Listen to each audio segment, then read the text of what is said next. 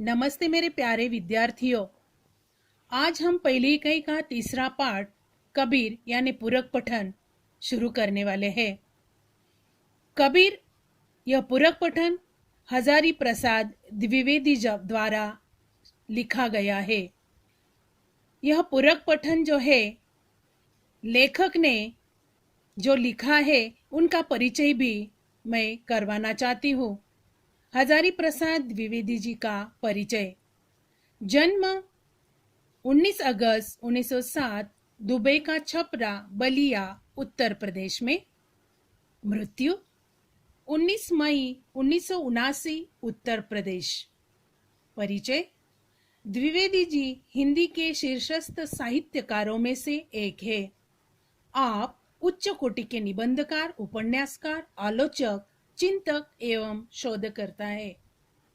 प्रमुख कृतियां अशोक के फूल, कल्पलता निबंध, बाणभट्ट की आत्मकथा, चारु चंद्रलेख, पुनर्नवा उपन्यास, कबीर, हिंदी साहित्य की भूमिका, मेघदूत एक पुरानी कहानी आदि।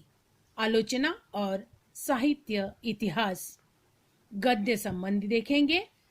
आलोचना किसी विषय वस्तु के लक्ष्य को ध्यान में रखते हुए उसके गुण दोष एवं उपयुक्तता का विवेचन करने वाली विधा आलोचना है।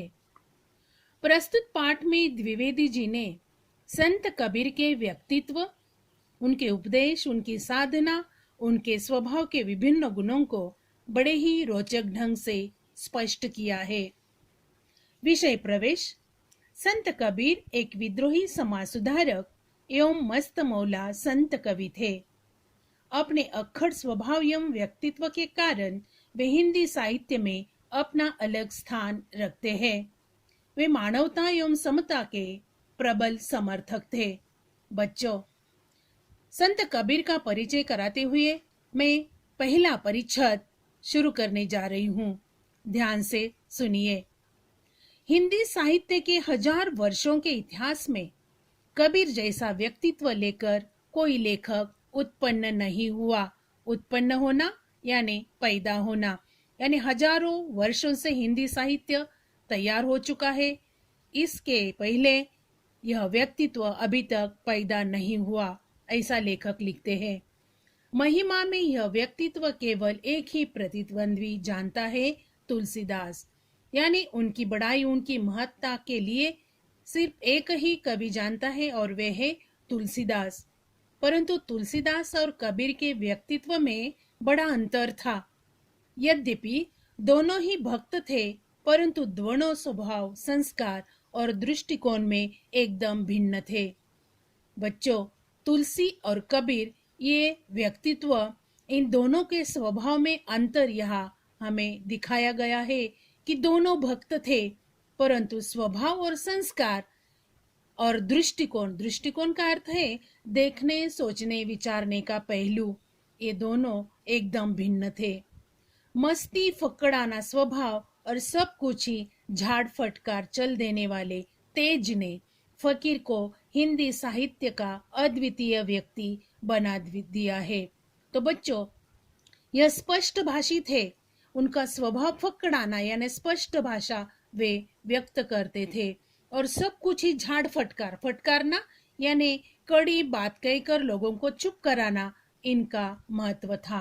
और इन्हीं तेज के कारण हिंदी साहित्य में वे अद्वितीय व्यक्ति वे बन चुके हैं, यानी बेजोड़, किसी के साथ इनकी तुलना नहीं की जा सकती थी। उनकी वाणी में सब कुछ को पाकर उनका सर्वजयी व्यक्तित्व विराजता रहता है। विराजना विद्यमान होना यानी उनकी वाणी बड़ी तेज थी, सब उनकी ओर आकर्षित होते थे। उसी ने कबीर की वाणी में अनन्य साधारण जीवन रस भर दिया।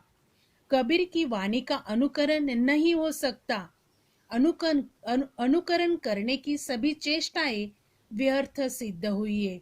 बच्चों, कबीर का अनुकरण यानी देखा देखी किया जाने वाला कार्य, इसे अनुकरण कहा गया है। उनकी वाणी का अनुकरण अगर किसी ने करने की चेष्टा यानी प्रयास किया तो वे सिद्ध नहीं हुए यानी सफल नहीं हुए। तो यह पहला पैराग्राफ उनका स्वभाव और उनके गुणों का दर्शन कराता है। दूसरा पैराग्राफ हम देखेंगे। कबीर दास की वाणी वह लता है जो योग के क्षेत्र में भक्ति का बीज पड़ने से अंकुरित हुई थी। बच्चों, यह कबीर की वाणी एक लता यानी बेली की तरह है जो कि योग शास्त्र में बीज की तरह अंकुरित हो चुकी है। उन दिनों उत्तर के हठ योगियों और दक्षिण के भक्तों में मौलिक अंतर था, यानी उत्तर दक्षिण भक्त और सन्यासी लोगों का अंतर यहाँ दिखाया गया है। एक टूट जाता था पर झुकता न था, दूसरा झुक जाता था पर टूटता न था। एक के लिए समाज की ऊंच नीच भावना मजाक और संक्रमण का विषय था, दूसरे के लिए मर्यादा और स्फूर्ति का, यानी ज्ञानी लोग और भक्त लोगों का अंतर यहाँ नजर आता है। एक टूटते थे पर झुकते न थे, दूसरे झुकते थे पर न टूटते थे, यानी उच्च नीच भाव मजाक आक्रमण यह विषय यहाँ दिए हैं, यानी दोनों का अंतर। तो दूसरा दिया है मर्यादा और स्फूर्ति, दूसरा लोगों को आगे बढ़ाने की कोशिश करता है। यह अंतर यहाँ दिखाया गया है। संसार में भटकते हुए जीवों को देखकर करुणा के अश्रु से वे कातर नहीं हो आते थे, कातर यानी व्याकुल नहीं होते थे, और भी कठोर होकर फटकार बताते थे, यानी उस व्यक्ति को कठिनता से वे आगे बढ़ने की कोशिश करते थे। उसके लिए नीचे कुछ पंक्तियां उन्होंने दी है, उनका अर्थ मैं समझा रही हूँ।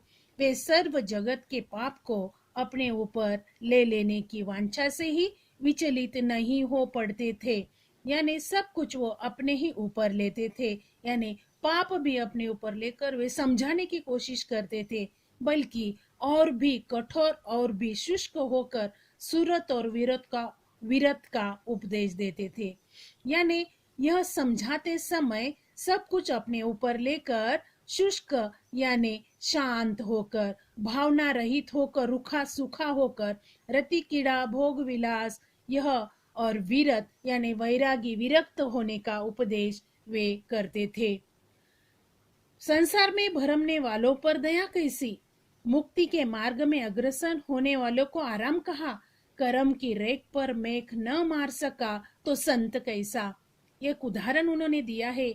ज्ञान का गेंद कर सुरत का दंड कर, खेल चौगान मैदान माही, जगत का भरम ना छोड़ दे बालके, आय जा भेष भगवंत पाही।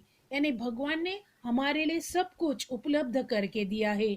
यह संसार हमारा मैदान है और इसी मैदान में हमें खेलना, यानी हमारे गुणों का दर्शन इस मैदान में हमें कराना है, चाहे वो अच्छा हो चाहे वो बुरा हो, यह देखने वाला भगवान ही है।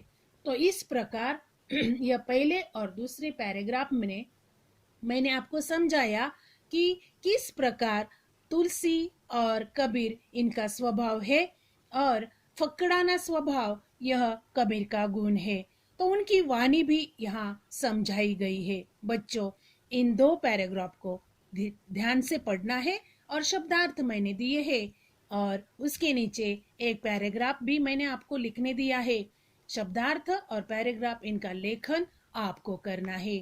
धन्यवाद।